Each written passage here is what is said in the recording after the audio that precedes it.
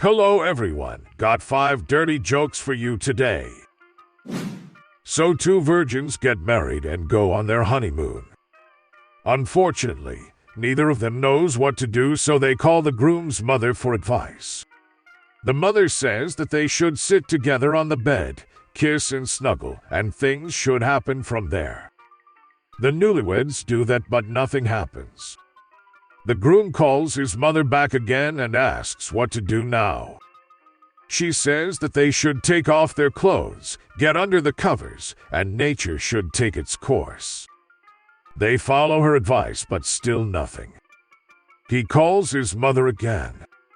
By the time she is getting frustrated and says, "Listen, dumbass.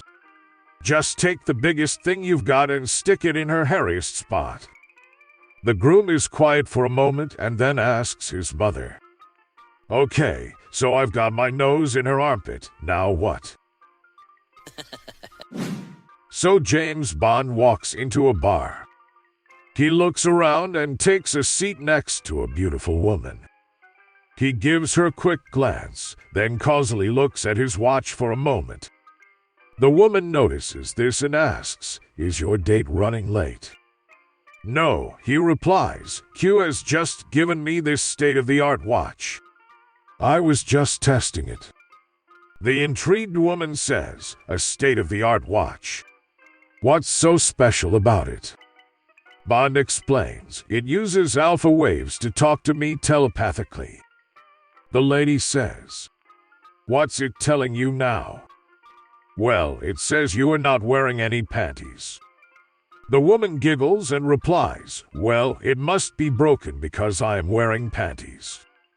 Bond smirks, taps his watch, and says, "Bloody things and are fast." So in an American third-grade classroom, the teacher is talking about U.S. presidents. Who delivered the Gettysburg Address? She inquired of the students. A female Japanese foreign exchange student's hand shot up immediately. "Yes," the teacher inquired. "Lincoln Abraham." 1863, replied the girl proudly. "That's right," the teacher responded, "but can anyone tell me who penned the Declaration of Independence?" The Japanese girl raised her hand once more. This time, the teacher waited for someone else to come forward with a solution, but no one did.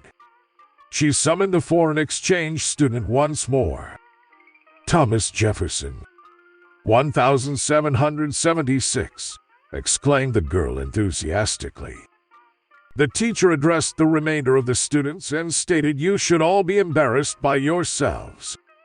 This young kid has only been in the country for a month and already knows more about your family's history than you do." The class muttered and moaned, and excuses and displeasure poured out.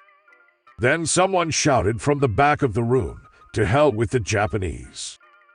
The teacher, now agitated and enraged, inquired who said that. The Japanese girl couldn't keep her excitement in check and yelled out, "Harry Truman." 1945. So 3 blondes get stuck on an island. Suddenly, they find a magic lamp. Out of the lamp pops a genie who agrees to grant each of the blondes a wish.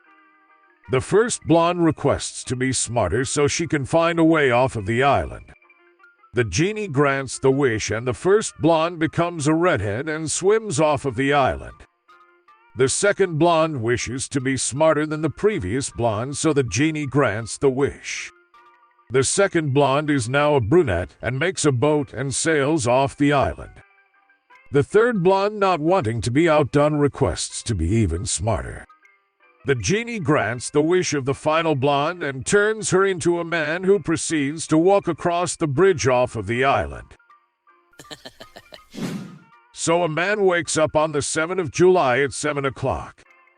When he wakes up, he checks his phone and sees that he has 7 missed calls and 7 messages from 7 different persons. He finds the coincidence pretty funny, gets out of bed with a big smile, and gets in his car. Before starting the engine, He checks on his phone the location of his meeting when he notices that he has to go to the 7th floor of a building located on 7 Ann Street 7 minutes away from his home. He thinks that this is probably the biggest coincidence he has ever seen in his life and laughs for a few seconds.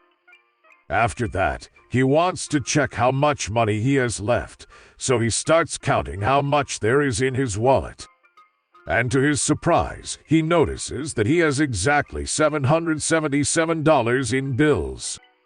He thinks this is much more than a mere coincidence, and today is his lucky day. So instead of going to work, he decides to drive to the nearest sports bar to bet on a horse. He waits for the 7th race of the day and then bets all of his money on horse number 7. The horse arrived in 7th place.